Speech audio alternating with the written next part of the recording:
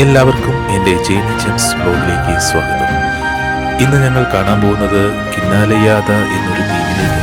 ഇസ്തനബുളിൽ സ്ഥിതി മർമര കടൽ തീരത്ത് സ്ഥിതി ചെയ്യുന്ന പ്രിൻസസ് ദ്വീപുകളിൽ ഏറ്റവും അടുത്ത ദ്വീപാണിത്. ഈ ദ്വീപുകളിൽ 9 ദ്വീപുകളുണ്ടെങ്കിലും ഇതിൽ വാസയോഗ്യതയായുള്ളത് 2 ദ്വീപുകൾ. അതിൽ ഏറ്റവും ഒന്നാമത്തെ ദ്വീപിലേക്കാണ് ഞങ്ങളുടെ രാവിലത്തെ യാത്ര പോകുന്നത്. ഞങ്ങൾ രാവിലെ തന്നെ ഹോട്ടലിൽ നിന്നും ബ്രേക്ക്ഫാസ്റ്റ് കഴിഞ്ഞ് ക്രൂയിസ് ബോട്ട് കിടക്കുന്ന സ്ഥലത്തിലേക്ക് പോയി. ഞങ്ങൾ അങ്ങനെ ബോട്ടിലേക്ക് കയറി. ഞങ്ങൾക്ക് നല്ലൊരു വെൽക്കം ഡ്രിങ്കും കാര്യങ്ങളൊക്കെ ഉണ്ടായിരുന്നു. ഞങ്ങൾ ബോട്ടിലേക്ക് കയറിയപ്പോൾ അതിൽ പല രാജ്യത്തുള്ള സഞ്ചാരികൾ അവിടെ ഉണ്ടായിരുന്നു.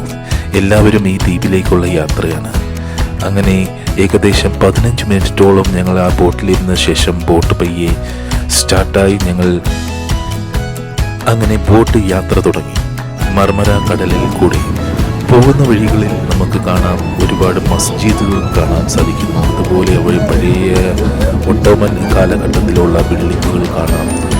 ഏകദേശം 1 മണിക്കൂറത്തെ യാത്രയ്ക്ക് ശേഷം ഞങ്ങൾ തീരത്തേക്ക് അടുത്തു, കിന്നാലയാത ദ്വീപിലേക്ക്.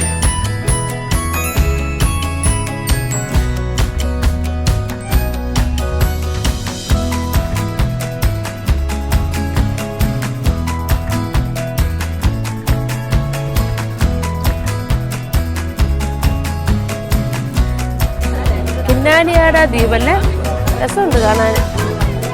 നിറച്ചും കച്ചവടമൊക്കെ ആയിട്ട് എന്തോരം ടൂറിസ്റ്റുകാർ ഇവിടെ എല്ലാം വന്നു നിൽക്കുന്നത്.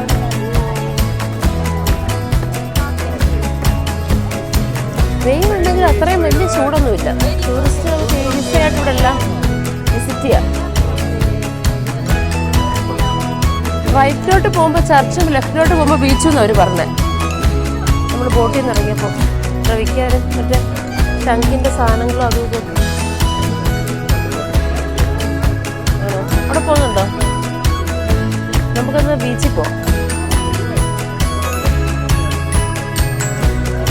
ഇത്രയും നല്ല ഉച്ചക്കത്തെ വെയിലാണെങ്കിലും വലിയ ചൂടില്ല. നമ്മുടെ നാട്ടിലൊക്കെ ഉള്ള ചൂട് പോലത്തെ ചൂടൊന്നും ഇല്ല അല്ലേ.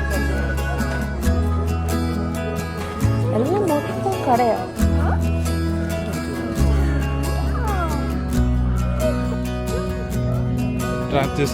ഒരു മിനിറ്റ്.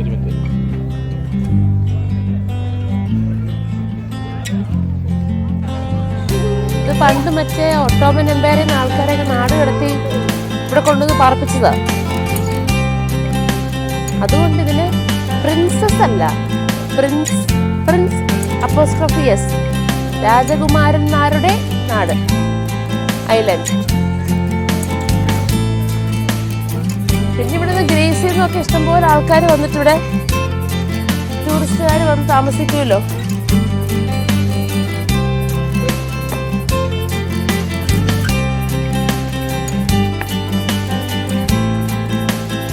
ഇവിടെ എല്ലാം നമ്മൾ കേൾക്കുന്ന മ്യൂസിക് ഇല്ലേ, അത് സെയിം ആണ്.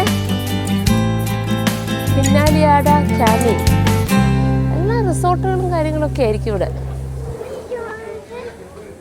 വീടുകളായിരിക്കത്തില്ല, മൊത്തം കടകൾ റിസോർട്ടും ആയിരിക്കും.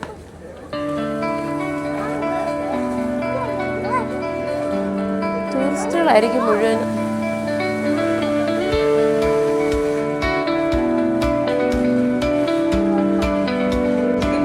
Green, blue, banana.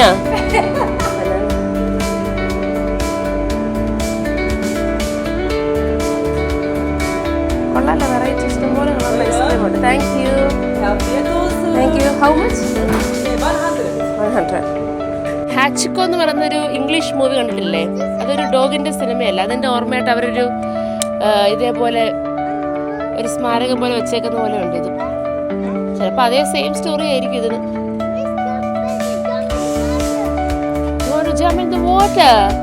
Come, let's go. Mummy extra dress എടുത്തിട്ടുണ്ട്. സെവന് എക്സ്ട്രാ ഡ്രസ്സൊക്കെ ഉണ്ട്.